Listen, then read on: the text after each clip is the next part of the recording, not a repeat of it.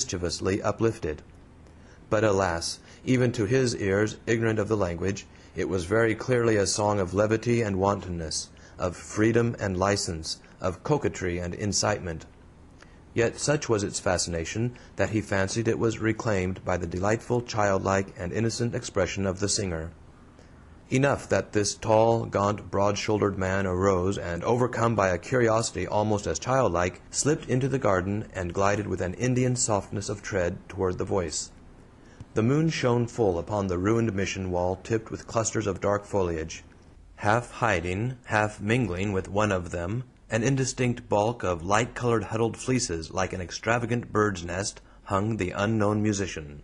So intent was the performer's preoccupation that Masterton actually reached the base of the wall immediately below the figure without attracting its attention. But his foot slipped on the crumbling debris with a snapping of dry twigs. There was a quick little cry from above.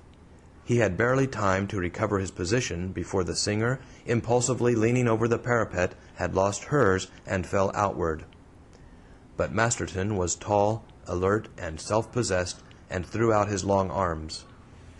The next moment they were full of soft flounces. A struggling figure was against his breast, and a woman's frightened little hands around his neck. But he had broken her fall, and almost instantly, yet with infinite gentleness, he released her unharmed, with hardly her crisp flounces crumpled, in an upright position against the wall. Even her guitar, still hanging from her shoulder by a yellow ribbon, had bounded elastic and resounding against the wall, but lay intact at her satin-slippered feet. She caught it up with another quick little cry, but this time more of sauciness than fear, and drew her little hand across its strings half defiantly. "I hope you are not hurt," said the circuit preacher gravely. She broke into a laugh so silvery that he thought it no extravagance to liken it to the moonbeams that played over her, made audible. She was lithe, yet plump, barred with black and yellow, and small-waisted like a pretty wasp. Her complexion in that light was a sheen of pearl satin that made her eyes blacker and her little mouth redder than any other color could. She was small, but, remembering the 14-year-old wife of the shopkeeper, he felt that, for all her childish voice and features, she was a grown woman, and a sudden shyness took hold of him. But she looked pertly in his face, stood her guitar upright before her, and put her hands behind her back as she leaned saucily against the wall and shrugged her shoulders. "It was the fault of you," she said in a broken English that seemed as much infantine as foreign. "What for you not remain to yourself in your own casa? So it come. You creep so in the dark, and shake my wall, and I fall. And she," pointing to the guitar, "is almost broke. And for all this I have only make to you a serenade. Ingrate!" "I beg your pardon," said Masterton quickly. "But I was curious. I thought I might help you, and—" "Make yourself another cat on the wall, eh? No, one is enough, thank you." A frown lowered on Masterton's brow. "You don't understand me," he said bluntly. "I did not know who was here." "Ah, bueno. Then it is Pepita Ramirez, you see," she said, tapping her bodice with one little finger. "All the same, the niece from Manuel Garcia, who keeps the mission garden and live there. And you?" "My name is Masterton." "How much?" "Masterton," he repeated. She tried to pronounce it once or twice desperately, and then shook her little head so violently that a yellow rose fastened over her ear fell to the ground. But she did not heed it, nor the fact that Masterton had picked it up. "Ah, I cannot," she said poutingly. "It is as difficult to make go as my guitar with your serenade." "Can you not say Stephen Masterton?" he asked more gently, with a returning and forgiving sense of her childishness. "Estephen? Ah, Esteban. Yes, Don Esteban. Bueno. Then, Don Esteban, what for you sing so melancholy one night, and one night so fierce? The melancholy, he is not so bad, but the fierce, ah, he is wicked. Is it how the Americano make always his serenade?" Masterton's brow again darkened, and his hymn of exultation had been mistaken by these people, by this wanton child. "It was no serenade," he replied curtly. "It was in the praise of the Lord." "Of how much?" "Of the Lord of hosts, of the Almighty in heaven." He lifted his long arms reverently on high. "Oh," she said, with a frightened look, slightly edging away from the wall. At a secure distance she stopped. "Then you are a soldier, Don Esteban?" "No." "Then what for you think I am a soldier of the Lord, and you will make die in his army? Oh, yes, you have said." She gathered up her guitar tightly under her arm, shook her small finger at him gravely, and said, "You are a humbug, Don Esteban. Good a night," and began to glide away.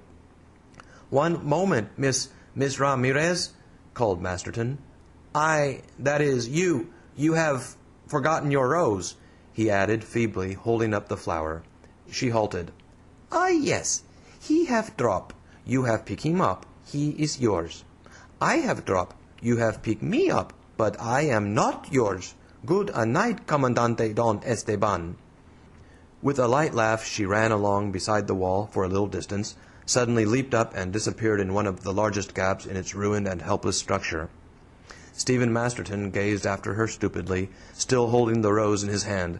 Then he threw it away and re-entered his home.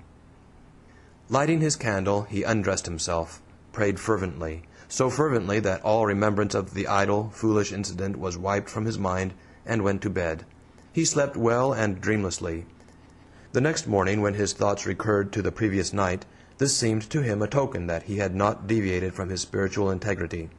It did not occur to him that the thought itself was a tacit suspicion.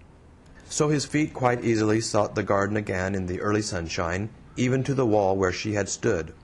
But he had not taken into account the vivifying freshness of the morning, the renewed promise of life and resurrection in the pulsing air and potent sunlight, and as he stood there he seemed to see the figure of the young girl again, leaning against the wall in all the charm of her irrepressible and innocent youth.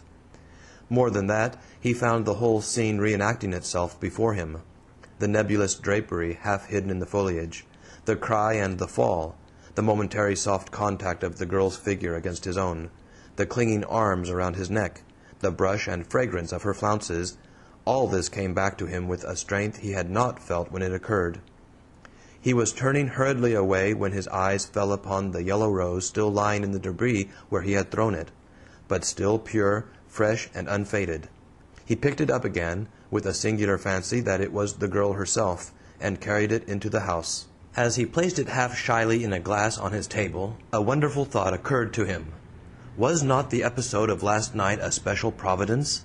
Was not that young girl, wayward and childlike, a mere neophyte in her idolatrous religion, as yet unsteeped in sloth and ignorance, presented to him as a brand to be snatched from the burning? Was not this the opportunity of conversion he had longed for? This the chance of exercising his gifts of exhortation that he had been hiding in the napkin of solitude and seclusion? Nay, was not all this predestined? His illness, his consequent exile to this land of false gods, this contiguity to the mission, was not all this part of a supremely ordered plan for the girl's salvation? And was he not elected and ordained for that service? Nay, more, was not the girl herself a mere unconscious instrument in the hands of a higher power? Was not her voluntary attempt to accompany him in his devotional exercise a vague stirring of that predestined force within her? Was not even that wantonness and frivolity, contrasted with her childishness, which he had at first misunderstood, the stirrings of the flesh and the spirit, and was he to abandon her in that struggle of good and evil? He lifted his bowed head, that had been resting on his arm before the little flower on the table, as if it were a shrine, with a flash of resolve in his blue eyes. The wrinkled Concepcion, coming to her duties in the morning, scarcely recognized her gloomily abstracted master in this transfigured man. He looked 10 years younger. She met his greeting, and the few direct inquiries that his new resolve enabled him to make more freely, with some information, which a later talk with the shopkeeper, who had a fuller English vocabulary, confirmed in detail. Yes, truly this was a niece of the mission gardener, who lived with her uncle in the ruined wing of the Presidio. She had taken her first communion 4 years ago. Ah, yes, she was a great musician, and could play on the organ. And the guitar, ah, yes, of a certainty.